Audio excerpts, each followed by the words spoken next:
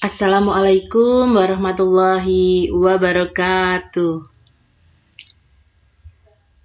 Selamat pagi anak-anakku semua. Bagaimana kabar kalian hari ini?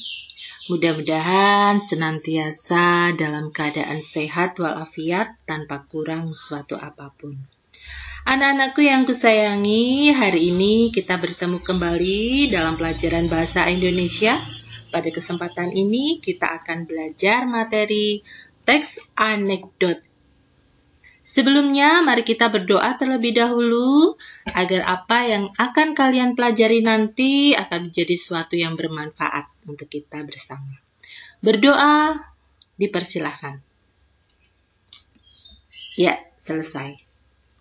Anak-anakku yang sayangi, sebelum kita memasuki materi, ada cerita yang sangat menarik untuk kalian dengarkan. Ya, judulnya adalah Bebas Hukuman. Jadi pada suatu pagi yang cerah, di suatu ruangan kelas, ini sedang berlangsung proses pembelajaran. Kemudian terjadi percakapan nih antara guru dan muridnya. Bu, Ibu Guru, tanya Bu. Iya, silahkan. Apa yang ingin kamu tanyakan, Bu?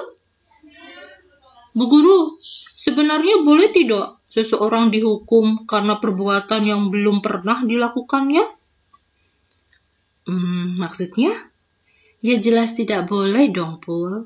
Seseorang itu baru boleh dihukum apabila dia terbukti bersalah karena melakukan suatu perbuatan tertentu.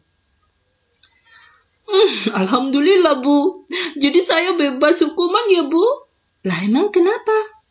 Soalnya saya belum mengerjakan PR, Bu. Jadi kan saya belum berbuat apa-apa. Jadi Bu jangan hukum saya dong.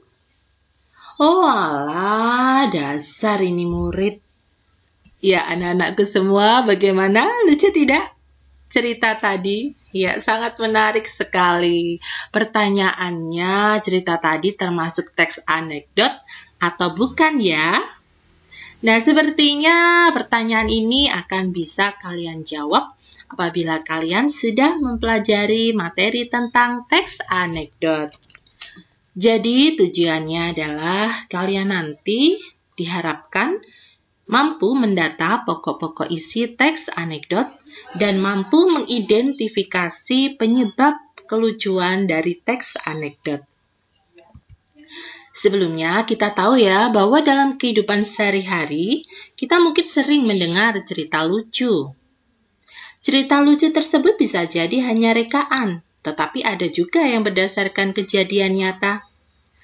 Ada cerita lucu yang dibuat untuk menghibur, tetapi ada juga loh yang digunakan untuk tujuan lain. Misalnya, tidak hanya menghibur, tapi juga menyindir. Salah satu cerita lucu yang banyak beredar di masyarakat adalah anekdot. Jadi anekdot di samping menghibur atau lucu juga digunakan untuk menyampaikan kritik, tetapi dengan cara yang halus. Atau mungkin kalian sering menyebutnya dengan menyindir secara halus begitu ya. Ya anak-anakku, jadi teks anekdot itu adalah cerita singkat yang menarik karena lucu dan mengesankan. Tidak hanya itu, anekdot terkadang mengangkat cerita tentang orang yang penting dan berdasarkan kejadian nyata. Kejadian nyata ini kemudian biasanya dijadikan dasar cerita lucu untuk menambah unsur rekaan. Seringkali pelaku, tempat, kejadian, dan waktu itu reka-rekaan saja sih. Tetapi meskipun demikian, ada juga teks anekdot yang tidak berasal juga dari kejadian nyata. Jadi intinya, anekdot itu di samping cerita singkat yang menarik dan lucu, di dalamnya juga terkandung sindiran. Untuk apa? Untuk mengkritik orang-orang yang kita sindir tersebut. Dan biasanya teks anekdot ini bisa jadi dari kisah nyata atau juga bisa dari hasil rekaan. Atau kalau rekaan itu Maksudnya dibuat-buat begitu. Jadi fiktif gitu ya. Fungsinya apa sih? Ya, fungsinya yang primer itu biasanya sebagai sarana mengekspresikan sesuatu yang berhubungan dengan ketidakpuasan, kejengkelan, kemarahan, dan sebagainya. Sedangkan fungsi sekundernya sebagai bahan hiburan, menganalogikan, jadi menjelaskan sesuatu, menarik perhatian, dan sebagainya. Tujuannya adalah menyampaikan kritik secara tidak langsung dengan cara menyindir secara halus, membangkitkan atau menggairahkan tawa untuk menghibur pembaca, kemudian bisa jadi mengungkapkan suatu kebenaran. Nah, cirinya apa? Teks anekdot itu. Yang pertama, teks anekdot itu biasanya dari cerita fiksi atau bisa juga dari cerita karena itu tadi kisah nyata. Jadi boleh ya, bisa dikarang atau mungkin berdasarkan kenyataan. Yang kedua, anekdot itu bersifat menggelitik, lucu, menghibur gitu. Jadi intinya yang kedua itu bersifat menghibur. Ketiga, ini yang paling penting ya, isinya menyindir secara tidak langsung. Ya, jadi menyindir seseorang secara tidak langsung atau mengkritik secara halus. Keempat, biasanya di dalamnya ada rangkaian tokoh, latar, peristiwa, dan sebagainya.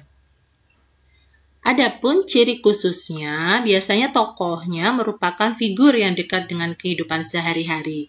Misal, figur selebriti, politikus, dan mungkin sosok yang lainnya ya. Ya, ini ada salah satu contoh teks anekdot yang berjudul Dosen yang juga menjadi pejabat. Saya bacakan ya. Di kantin sebuah universitas, Udin dan Tono, dua orang mahasiswa sedang berbincang-bincang. Saya heran, dosen ilmu politik itu.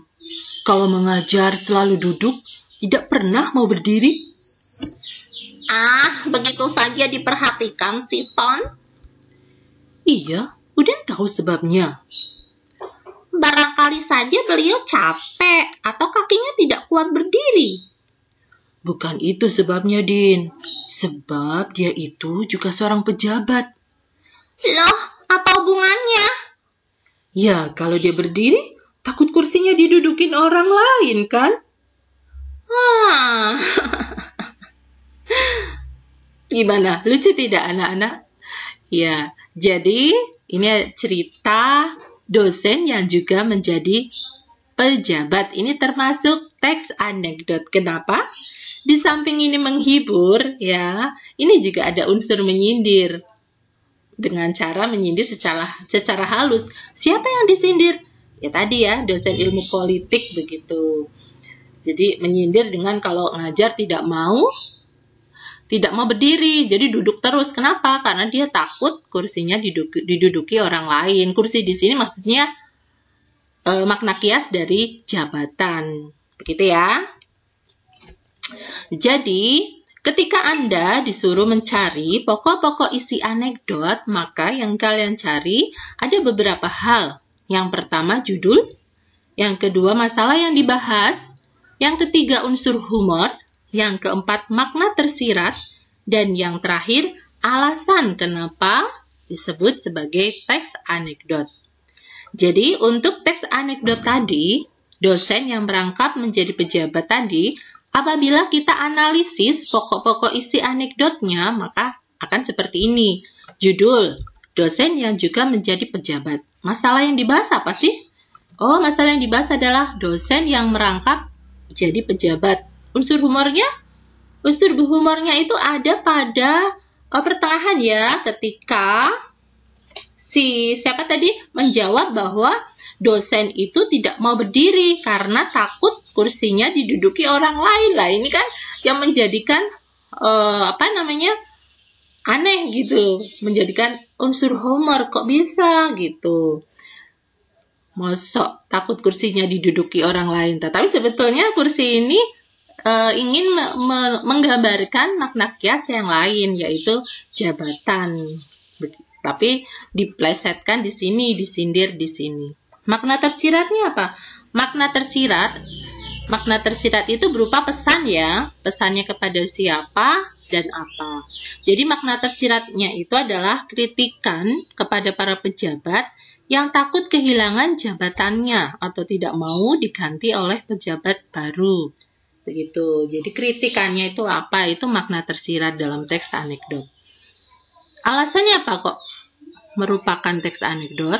Ya, karena menghibur juga menyindir. Gitu ya anak-anakku, semoga kalian jelas. Nah, ketika menganalisis penyebab kelucuan anekdot, kita tahu kelucuan dalam anekdot itu biasanya disampaikan dengan singkat tetapi mengena. Dalam anekdot biasanya disampaikan dengan singkat tadi sudah ya. Dalam anekdot yang berjudul dosen yang merangkap menjadi pejabat tadi terdapat sindiran. Cerita tersebut menjadi lucu karena alasan dosen yang tidak mau berdiri. Kenapa? Karena takut kursinya diduduki orang lain. Iya. Kursi di sini untuk menyindir dia. Kursi adalah jabatan. Itu ya. Terima kasih anak-anakku semua. Mudah-mudahan kalian dapat memahami materi yang disampaikan. Intinya atau kesimpulannya, teks anekdot adalah teks yang isinya itu menghibur sekaligus memberikan sindiran. Bisa dari cerita rekaan atau mungkin dari kisah nyata.